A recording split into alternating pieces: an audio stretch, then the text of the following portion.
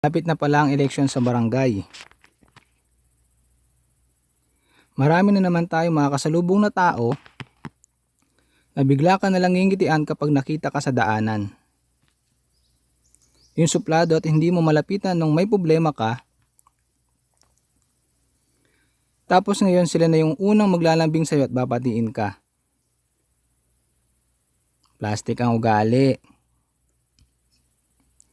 Tatakbo ka uli ng pagkakapitan at konsyal sa barangay nyo. Tapos wala naman kayong magandang nagawang proyekto sa barangay nyo. Maya naman kayo. Tapos magtatanong kayo kung ilang botante sa isang bahay.